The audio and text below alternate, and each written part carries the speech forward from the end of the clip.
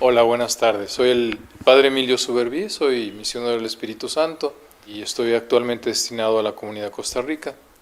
Como misionero nos han mandado por varios lugares, he estado en España, en varias ciudades de México y ahora llevo ya 4 años aquí en Costa Rica. Hablar de mi vocación, pues hablar de la vida. ¿Y cuándo empezó la vocación? Nuestro fundador, el Padre Félix de Jesús Ruché, decía que la vocación no empieza, que la vocación es algo que Dios ya ha pensado desde toda la eternidad y que un día nosotros nos damos cuenta de esa lucecita que está brillando en nuestro interior. Yo recuerdo ya desde pequeñín tenía como ese gusto por la vocación, sin embargo, pues uno se va dejando llevar por las cosas de la sociedad, de la familia, el medio, y decía, bueno, me gustaría ser, pero mejor después, y después, y después. Y así pasó los estudios de la primaria, estuve con una congregación religiosa, bueno, en un colegio de religiosos, y ahí insistían mucho, nos llevaban a misa, retiros, pero nunca me llamó mucho la atención, al menos yo creo que fue la forma de ser de los religiosos, como que eran un poco distantes, un poco fría su forma de relacionarse con las personas. Después, cuando tenía 11 años, me mandaron mis papás a Estados Unidos a estudiar inglés y ahí fue en un convento de religiosas donde pues todos los mexicanos que pertenecíamos a ese colegio íbamos a misa por la mañana y ahí pues todo el ambiente de las religiosas, todo ese ambiente un poco así de piedad, pues me llevó a plantear lo de la vocación. Y cuando fueron mis papás a recogerme, cuando terminaron mis estudios ahí, tenía más o menos 11 años, pues le dije a papá que quería ser sacerdote. Me dijo, bueno, termina tus estudios de secundaria y después ya haces lo que quieras. Volví a México, seguí con la secundaria, pero bueno, ya metiéndome en todo lo que es el ambiente juvenil y eso se me fue como olvidando. Y entonces de repente como que surgía dentro de mí esa llamada, esa como gusto, inquietud por la vida religiosa, sacerdotal, pero decía, no, mejor después, como si fuera un mal pensamiento.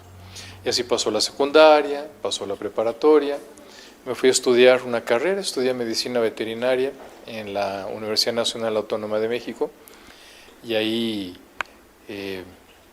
pues es una universidad laica, donde casi no se habla de Dios ni nada, y lo fui dejando. Estudié veterinaria, como les decía, me especialicé al final en cabras y en ovejas, en pequeños rumiantes que se llama. Me fui a Estados Unidos a estudiar una maestría y después de 3 años regresé a México donde daba clases ahí en la universidad.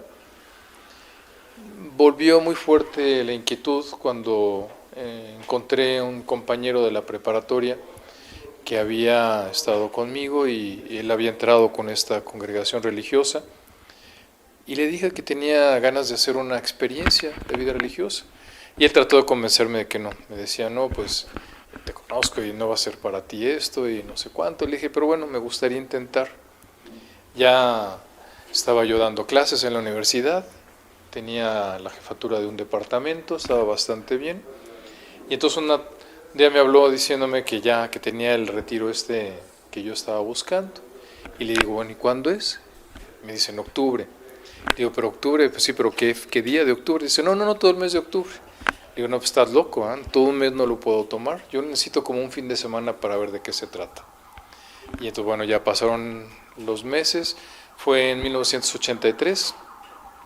Y en diciembre, a finales de diciembre, el 31 de diciembre, yo regresaba de ver unas cabras con mi mamá y me dijo que si iba a ir a misa el 31 de fin de año.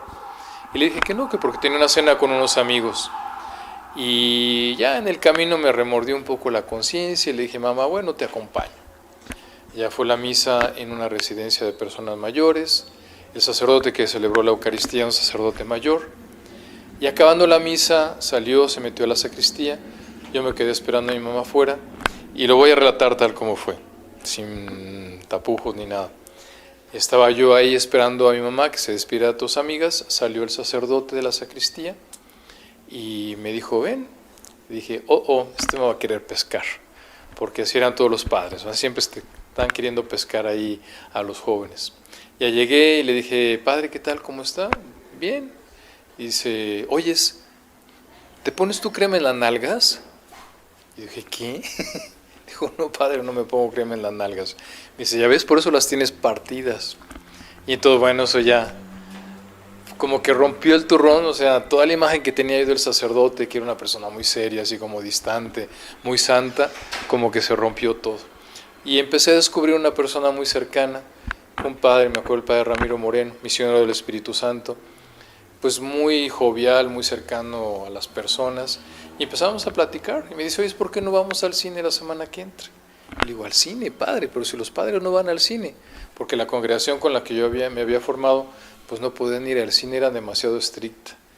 Y entonces, bueno, ya fuimos al cine, después otro día fuimos a cenar, y me empezó a gustar mucho ahí, y empecé a conocer la espiritualidad que vivían ellos, la espiritualidad de la cruz, y cada vez me llamó más la atención. Fui por fin al noviciado, y me gustó muchísimo el ambiente, también un ambiente muy fraterno, muy bonito, y fue como fui profundizando en lo que es la espiritualidad de los misioneros del Espíritu Santo, la espiritualidad de la cruz, hasta que decidí hacer la prueba.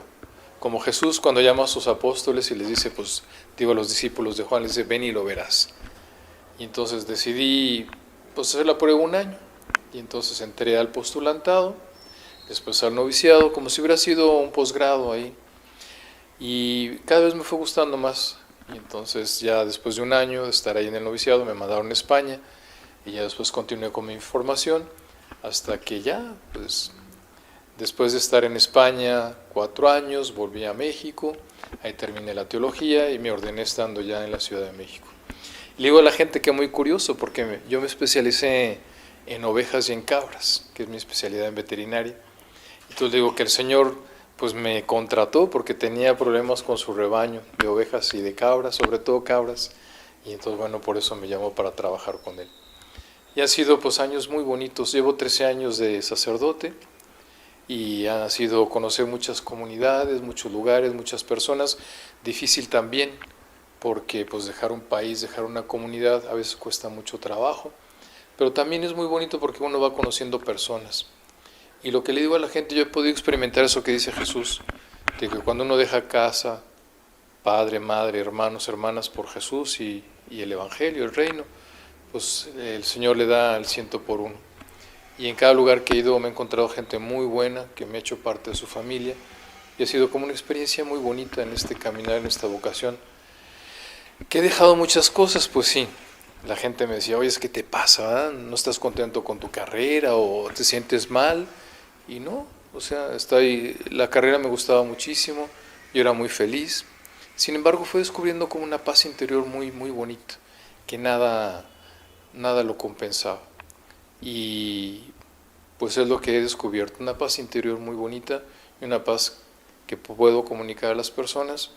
Y sí, las cosas que dejé son cosas muy buenas, muy bonitas, muy valiosas, pero al menos esta forma de vivir a mí realmente me ha satisfecho mucho, me ha llenado esta vida de servicio y como decía, pues lo más importante, esa paz interior que da el estar trabajando por las cosas de Dios. Pues básicamente ha sido, pues en breve, mi historia vocacional y pues llevo 23 años ya de religioso, 13 de sacerdote.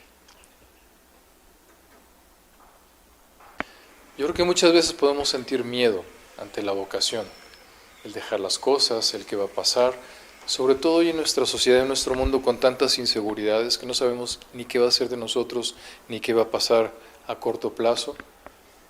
Yo creo que es muy natural, muy humano sentir miedo, pero a mí me han convencido muchísimo, cada vez más me gustan las palabras de Jesús, cuando después de la resurrección se presenta a sus discípulos para enviarlos a predicar, para encomendarles la misión, lo primero que dice es no tengas miedo. Y bien, yo creo que es natural sentir miedo, pero yo creo que tenemos que tener algo en que confiar en este mundo. Y no hay nada mejor en que confiar sino en Jesús que nos acompaña, que nos invita.